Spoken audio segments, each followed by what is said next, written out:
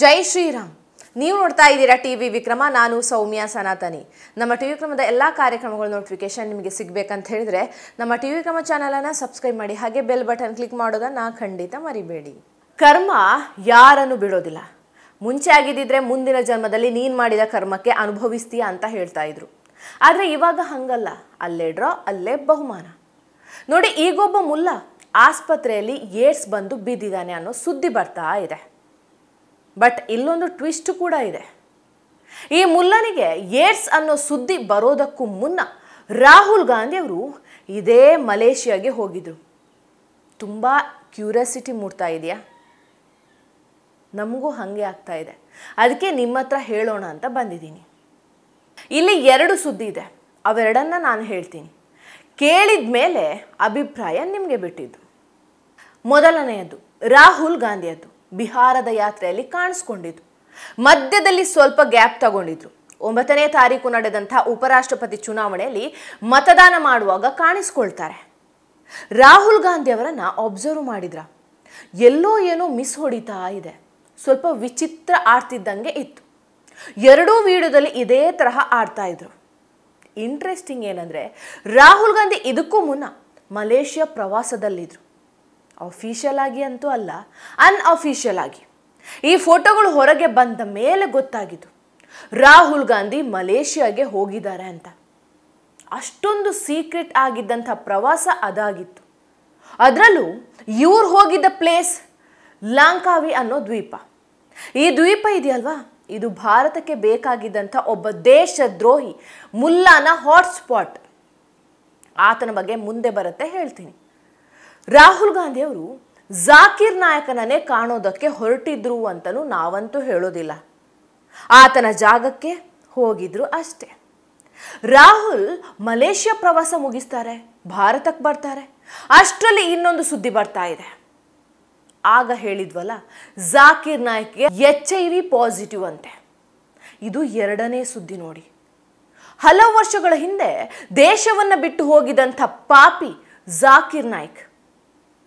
ಈತ ವ್ಯವಸ್ಥಿತವಾಗಿ ಮತಾಂತರ ಕೋಚಿಂಗ್ ಸೆಂಟರ್ ನಡೆಸ್ತಾ ಇದ್ದ. ಮತಾಂತರ ಫ್ಯಾಕ್ಟರಿ ರನ್ ಮಾಡ್ತಾ ಇದ್ದ. ಹೆಣ್ಣು ಮಕ್ಕಳನ್ನ ಸಂಭೋಗದ ವಸ್ತು ರೀತಿಯಲ್ಲಿ ನಡೆಸ್ಕೊಳ್ತಾ ಇದ್ದ. ಈಗ ಈತನ ಪಾಪದ ಕೊಡ ತುಂಬಿದೆ. ಕೌಂಟ್ ಡೌನ್ ಶುರು ಆಗಿದೆ. ತನ್ನನ್ನ ಅಲ್ಲಾಹುವಿನ ಸೇವಕ ಅಂತ ಹೇಳ್ಕೊಂಡು ಓಡಾಡ್ತಾ ಇದ್ದ. ಮುಸ್ಲಿಮರು ಇವನನ್ನ 100 ರೀತಿಯಾಗಿ ನೋಡ್ತಾ ಇದ್ರು. ಪಾಪ ಅವರೆಲ್ಲರಿಗೆ ಕೈ ಕೊಟ್ಟು ಅವರನ್ನು ಅನಾಥರನ್ನಾಗಿ ಮಾಡಿ 72 ಊರುಗಳನ್ನು ಕನ್ಯೆಯರನ್ನು ಹುಡುಕೊಂಡು ಹೊರಟಿದ್ದಾನೆ. ಜಾಕಿರ್ಗೆ ಅದೆಂಥ ರೋಗ ಬಂದಿದೆ ಅಂದರೆ, ಅವನೀಗ ಮುಖ ತೋರ್ಸಕ್ಕೂ ಮರ್ಯಾದೆ ಇಲ್ಲ, ಅಂಥ ರೋಗ ಬಂದ್ಬಿಟ್ಟಿದೆ. ಅಲ್ಲರಿ, ಸ್ವರ್ಗದಲ್ಲಿ ಹೋಗೋ 72 ಊರುಗಳು ಸಿಕ್ತಿದ್ರು ಅಂದಮೇಲೆ ಇಲ್ಲಾಕ್ಬೇಕಿತ್ತು ಈ ಕರ್ಮಗಳು? ಈಗ ನೋಡಿ, ಬರಬಾರ್ದ ಏಡ್ಸ್ ರೋಗ ಬಂದು ಒದ್ದಾಡ್ತಾ ಇದ್ದಾನೆ. ಮೋಸ್ಟ್ಲಿ 72 ಊರುಗಳನ್ನು ಬೇಗ ಭೇಟಿ ಮಾಡಬೇಕು ಅಂತ ಅವನೇ ಬರ್ಸ್ಕೊಂಡಿರಬಹುದು. ಅಬ್ಬಬ್ಬಾ, ಮೆರೆದ ಅದೇನು ಮೆರೆದು ಬಿಟ್ಟ. ಹಿಂದೂಸ್ತಾನದಲ್ಲಿ ನಿಂತ್ಕೊಂಡು ಹಿಂದೂಗಳನ್ನೇ ಕಾಫಿರರು ಅಂತಿದ್ದ. ಮುಸ್ಲಿಮರನ್ನ ದಾರಿ ತಪ್ಪಿಸೋ ಕೆಲಸ ಮಾಡ್ತಾ ಇದ್ದ. ಈಗ ನೋಡಿ, ಇವನೇ ದಾರಿ ತಪ್ಪಿ ಏಡ್ಸ್ ಬಲೆಯಲ್ಲಿ ಸಿಕ್ಕಾಕೊಂಡಿದ್ದಾನೆ. ಛೇ, ಹಿಂಗಾಗಬಾರ್ದಿತ್ತು ಜಾಕಿರ್ ನಾಯ್ಕ್. ಇದನ್ನ ಅವನ ಬಗ್ಗೆ ಕನಿಕರ ಇಟ್ಕೊಂಡು ಹೇಳ್ತಾ ಇಲ್ಲ. ಹೆಣ್ಣು ಮಕ್ಕಳನ್ನ ಭೋಗದ ವಸ್ತುಗಳಂತೆ ಬಳಸ್ಕೊಂಡಲ್ವಾ, ಆ ಹೆಣ್ಣು ಮಕ್ಕಳ ಮೇಲಿನ ಕನಿಕರಕ್ಕೆ ಹೇಳ್ತಾ ಇದ್ದೀನಿ. ಕರ್ಮಗಳ ಫಲ ಅಂದರೆ ಇದೇ ನೋಡಿ. ನೆನಪು ಮಾಡ್ಕೊಳ್ಳಿ, ಇದೇ ಜಾಕಿರ್ ನಾಯ್ಕ್ ತನ್ನ ಭಾಷಣದಲ್ಲಿ ತಾಲಿಬಾನಿ ಆಡಳಿತವನ್ನು ವೈಭವೀಕರಿಸಿದ್ದ. ಎಂಥ ಹೇಸಿಗೆ ಮನುಷ್ಯ ಅಂದರೆ, ಒಂಟೆ ಮತ್ತು ಕುದುರೆ ಕತ್ತೆಗಳ ಜೊತೆ ಸಂಭೋಗ ಮಾಡಿದ್ರೂ ತೊಂದರೆ ಇಲ್ಲ ಅಂತಿದ್ದ. ಭಾರತದ ಮಹಿಳೆಯರ ಬಗ್ಗೆ ಕೆಟ್ಟದಾಗಿ ಮಾತಾಡ್ತಾ ಇದ್ದ. ಮಹಿಳೆಯರು ಪುರುಷರ ಚಪ್ಪಲಿಗೆ ಸಮ ಅಂತಲೂ ಹೇಳಿದ್ದ.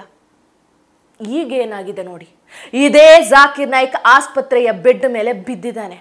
ಮೈಯೆಲ್ಲ ಕಪ್ಪಾಗಿದೆ. ಅವನ ಕನಸಲ್ಲಿ ಅಪ್ಸರೆಯರು ಬಂದು ಅವನನ್ನು ಸ್ವರ್ಗಕ್ಕಂತೂ ಅಲ್ಲ, ನರಕಕ್ಕೆ ಕರೀತಾ ಇರಬಹುದು.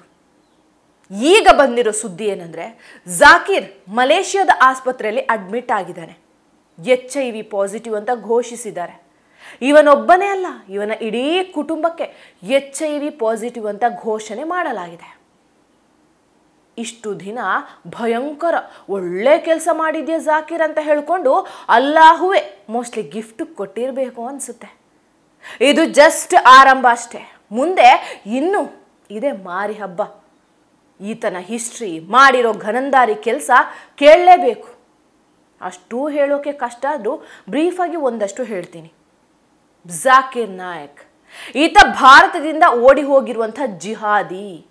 2016ರಲ್ಲಿ ಅಕ್ರಮ ಹಣ ವರ್ಗಾವಣೆ ಮತ್ತು ದ್ವೇಷ ಭಾಷಣ ಮಾಡಿಕೊಂಡು ಭಾರತಕ್ಕೆ ದೊಡ್ಡ ಥ್ರೆಟ್ ಆಗಿದ್ದ. ನಂತರ ಭಾರತದಿಂದ ಓಡಿ ಹೋಗಿ ಮಲೇಷ್ಯಾ ಸೇರ್ಕೊಳ್ತಾನೆ. ಭಾರತದ ಇಡಿ ಭಯೋತ್ಪಾದನೆಗೆ ಹಣ ನೀಡಿದ ಆರೋಪದಡಿ ಈತನ ಆಸ್ತಿಯನ್ನ ಮುಟ್ಟುಗೋಲು ಕೂಡ ಹಾಕ್ಕೊಂಡಿತ್ತು. ಎಂಥ ಕಚರ ನೋಡಿ. ಭಾರತದಲ್ಲೇ ಹುಟ್ಟಿ ಇಲ್ಲಿ ಅನ್ನವನ್ನೇ ತಿಂದು ಭಾರತದ ವಿರುದ್ಧವೇ ಷಡ್ಯಂತರ ಪಿತೂರಿ ನಡೆಸ್ತಾ ಇದ್ದ. ಭಯೋತ್ಪಾದಕರಿಗೆ ಈತ ಮಾಲೀಕ ಇದ್ದಂಗೆ. ಈತನ ಭಾಷಣ ಕೇಳಿ ತುಂಬಾ ಗಲಾಟೆಗಳು ನಡೆದಿದೆ. ಭಾರತ ಈತನನ್ನ ದೇಶದ್ರೋಹಿ ಅಂತಲೂ ಘೋಷಣೆ ಮಾಡುತ್ತೆ. ಈತನ ಸಂಸ್ಥೆಗಳಿಗೆ ಬೀಗ ಹಾಕಲಾಗತ್ತೆ. ಕೇಸ್ಗಳು ದಾಖಲಾದವು. ಅಷ್ಟರಲ್ಲಿ ಗೊತ್ತಾಯಿತು ಅವನಿಗೇನೆ, ಇನ್ನು ನಾನು ಇಲ್ಲೇ ಇದ್ರೆ ಮೋದಿಜಿ ಮತ್ತೆ ಅಮಿತ್ ಶಾ ನನ್ನನ್ನು ಚಂಡಾಡ್ಬಿಡ್ತಾರೆ ಅಂತ ಹೇಡಿಯಂತೆ ದೇಶ ಬಿಟ್ಟು ಮಲೇಷ್ಯಾಕ್ಕೆ ಓಡೋಗ್ತಾನೆ.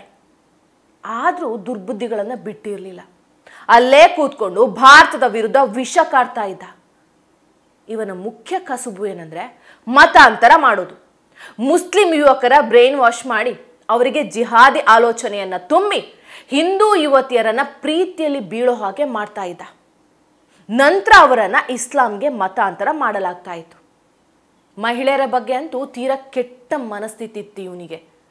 ಮಹಿಳೆಯರು ಭೋಗದ ವಸ್ತು, ಮಕ್ಕಳನ್ನ ಹೆರುವ ಮಿಷನ್ ಅನ್ಕೊಂಡಿದ್ದ. ನಮ್ಮ ದುರಂತ ನೋಡಿ ಇವತ್ತಿಗೂ ಭಾರತದ ಅನೇಕ ಮಸೀದಿ ಹಾಗೂ ಮದರಾಸಗಳಲ್ಲಿ ಇವನ ಭಾಷಣವನ್ನ ಈಗಲೂ ಪ್ರಸಾರ ಮಾಡ್ತಾರೆ. ಈ ಸುದ್ದಿ ಅಫಿಷಿಯಲ್ ಆಗಿ ಕನ್ಫರ್ಮ್ ಆಗಿಲ್ಲ. ಎಲ್ಲಾದ್ರೂ ಆದ್ರೆ ಅದಕ್ಕಿಂತ ಖುಷಿಯಂತೂ ಬೇರೆ ಇಲ್ಲ. ಟಿವಿ ವಿಕ್ರಮ, ದೇಶ ನಿಮ್ಮ ಕೈಯಲ್ಲಿ. ಈ ಕಾರ್ಯಕ್ರಮ ನಿಮಗೆ ಇಷ್ಟ ಆಗಿದ್ದಲ್ಲಿ ಲೈಕ್, ಶೇರ್ ಹಾಗೂ ಕಮೆಂಟ್ ಮಾಡಿ.